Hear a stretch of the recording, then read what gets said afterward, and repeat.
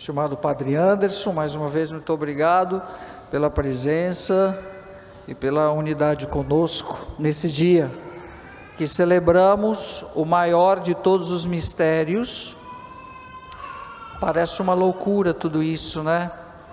Que o amor não é capaz de fazer, ou melhor, o que quem ama não é capaz de fazer, mas o amor verdadeiro,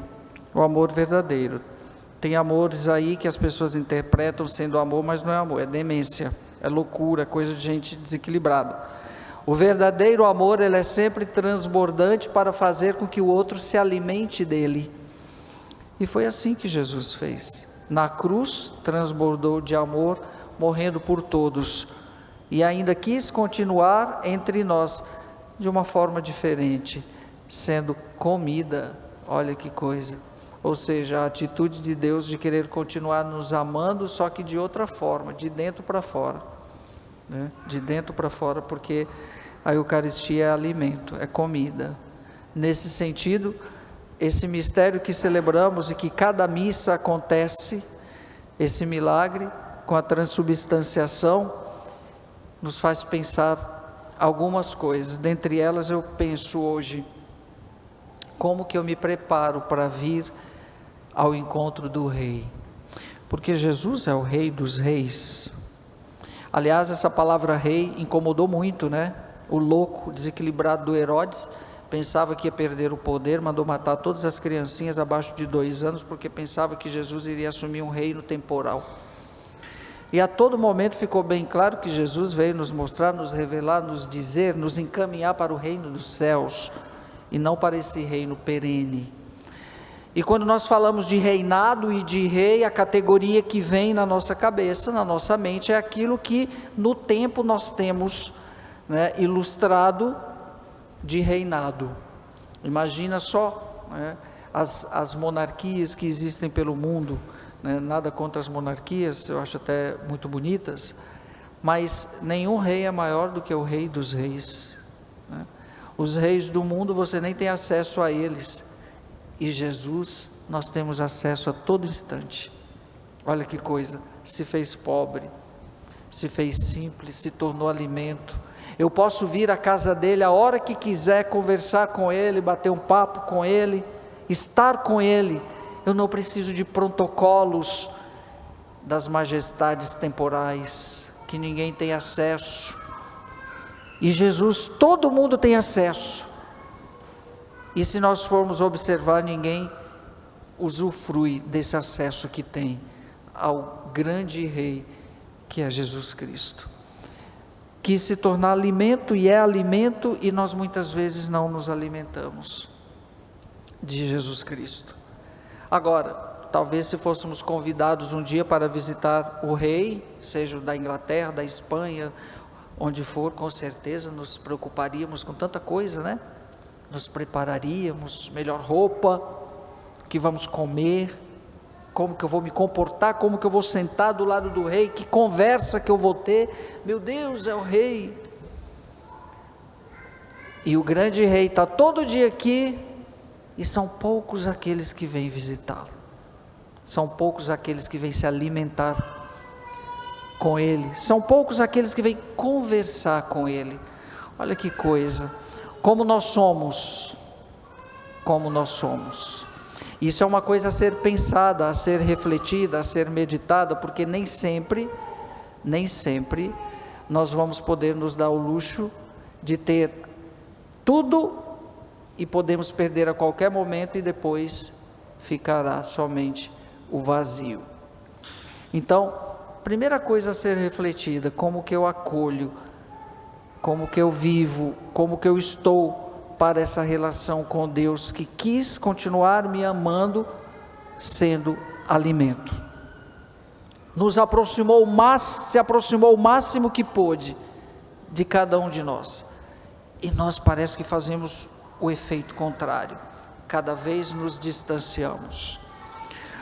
Não vou aqui explicar nessa noite de hoje a origem desta solenidade, que eu acredito, como bom católico, todos saibam, todos devem saber, não é possível, né? Porque às vezes a gente vem a uma solenidade, nossa, Corpus Christi, nem sabe por quê, mas eu tenho consciência, aliás, eu acho que todos sabem, né? Então não vou explicar aqui, até porque quem viu a missa hoje de manhã e está gravado, o padre Anderson deu uma explicação belíssima. Mas o que é importante saber é que essa solenidade nasce de um milagre, tem sua origem num milagre, e esse milagre é o que acontece todos os dias, e foram os milagres eucarísticos pesquisados por Carlo Acutis que fez com que o seu coração pulsasse mais forte ainda de amor pela Eucaristia. Aí vem o outro ponto que eu gostaria de refletir. Quantos de nós têm a oportunidade de comungar e não comungam? E não aproveitam? E quantos não podem, às vezes choram, porque gostariam de comungar e não podem?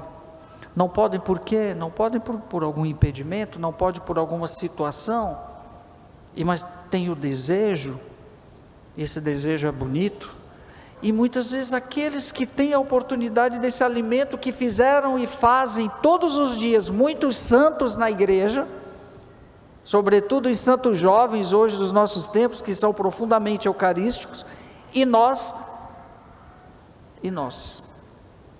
Paróquia Nossa Senhora dos Remédios, Diocese de Corumbá, quem está nos acompanhando pelas redes sociais, qual é o valor que você dá para esse mistério, para esse milagre que você tem a oportunidade de todos os dias ver e não faz? Aí vem com certeza as desculpas, mas se fosse um convite para visitar o rei da Inglaterra, com certeza todo mundo não teria desculpa, não ia dar um jeito, pedir licença do emprego, do trabalho, não queria ver o rei, né? E o rei Jesus, se der eu vou, se sobrar tempo eu vou, qualquer dia, não, estou com visita em casa. Eu não aguento esse argumento dos católicos que não vêm à missa no domingo, porque diz, está com visita em casa, manda essa visita e rezar junto com você, porque não é possível. Recebi visita, não fala isso perto de mim não, hein? Ninguém merece ouvir isso. Jesus ficou em segundo plano, a visita é mais importante, e quando não, futebol, aí é pior de tudo. Não fui para a missa por causa do futebol, misericórdia, é muito triste ouvir isso. Se programe, no domingo tem missa em todo lugar, só em Ladares são 7 missas no domingo.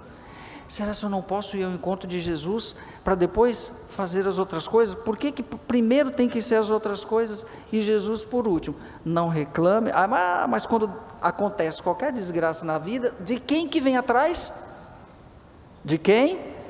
De Jesus, né? Deveria ir atrás de jogador de futebol, que ganha milhões de dinheiro, vão atrás deles, vá atrás das visitas que veio, se for precisar de dinheiro, meu filho, eles vão correr de você.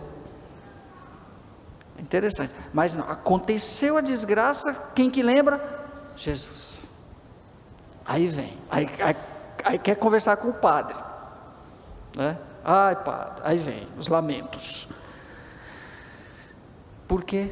Porque infelizmente, quando Jesus vai ocupando o lugar que não é o dele, porque você o coloca em segundo plano, é óbvio que as outras coisas jamais vão suprir o que só Jesus supre.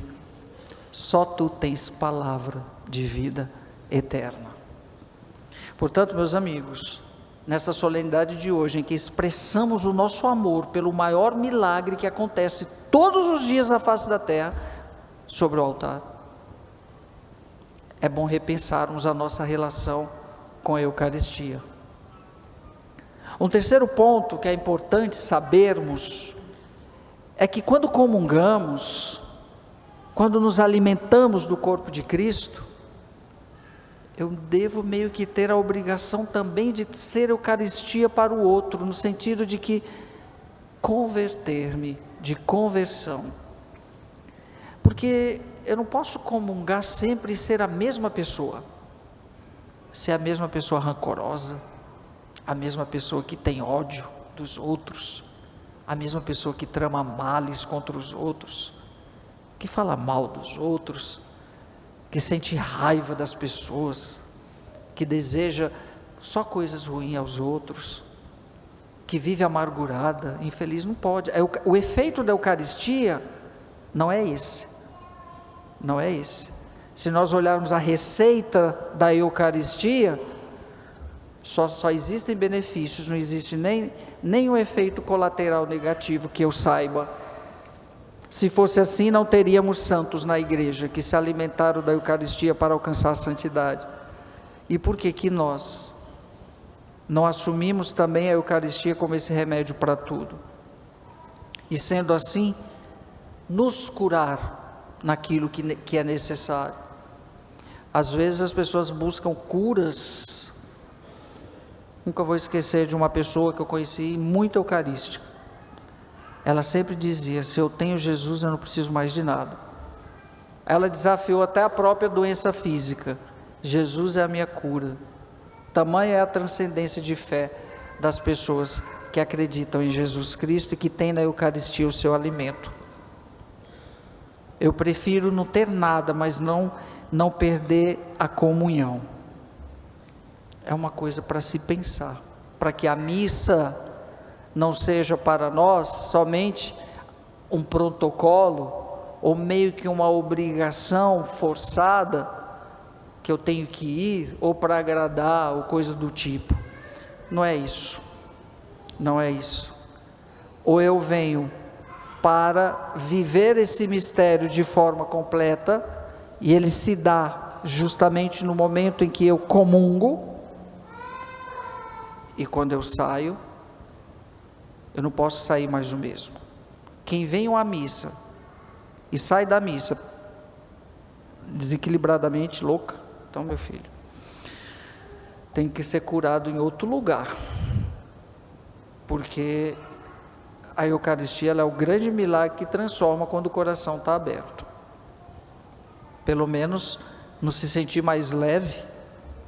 Aliás, é por isso que nós espiritualmente buscamos a igreja, queremos fazer retiros espirituais, momentos de oração, de adoração, é porque queremos buscar isso.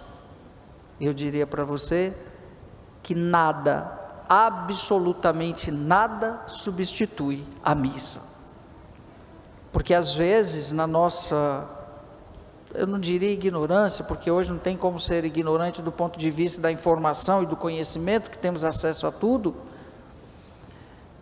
Eu já rezei em casa o terço, não vou na missa. Eu já ouvi católicos da Groenlândia falando isso. Já rezei o terço hoje. Sim, daí, ótimo, rezo todo dia, devoção à Nossa Senhora, mas não substitui a missa, e não é maior do que a missa. Nada, nenhuma oração é maior que a Santa Missa, nenhuma.